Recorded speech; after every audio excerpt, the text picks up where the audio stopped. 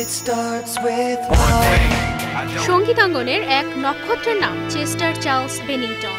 আবেগ আর যন্ত্রণার মিশেলে আগুন ঝরা কণ্ঠে গোটা বিশ্বকে মাতিয়েছিলেন তিনি। 1976 সালের 20 মার্চ অ্যারিজোনার ফিনিক্সে জন্ম নেন এই গায়ক। ছোটবেলাতেই গানের প্রতি হয়ে পড়েন আকৃষ্ট, আর এর পেছনে অনুপ্রেরণা ছিল ব্যান্ড ডিপেচ মোড ও স্টোন টেম্পল পাইলটস। 1999 সালে লিনকিন পার্কে যোগ দিয়ে গানকে বানান অস্ত্র।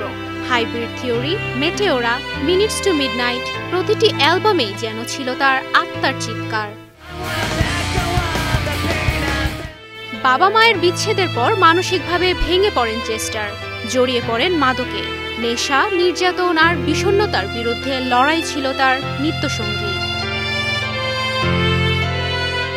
2017 সালের 20 জুলাই বেছে নেন আত্মহত্যার পথ।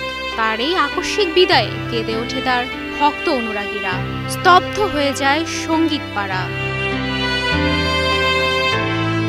চেস্টারের চলে যাওয়ার সাথে সেই সময় থমকে যায় লিনকিন পার্ক ব্যান্ডটির কার্যক্রম। যদিও গেল বছর 5 সেপ্টেম্বর ব্যান্ডটি এমিলি আর্মস্ট্রংকে লিড ভোকালিস্ট হিসেবে যুক্ত করে শুরু করে নতুন যাত্রা, তবে চেস্টারের কণ্ঠ আজও স্পন্দিত হয় কোটি শ্রোতার হৃদয়ে। ইন দি এন্ড নাম, ওয়ান স্টেপ ক্লোজার, ক্রলিং বা ব্লিড ইট আউট গানগুলো বাজে হেডফোনে, মঞ্চে, স্মৃতিতে। তুবাইশি বুশরা, স্টার নিউজ।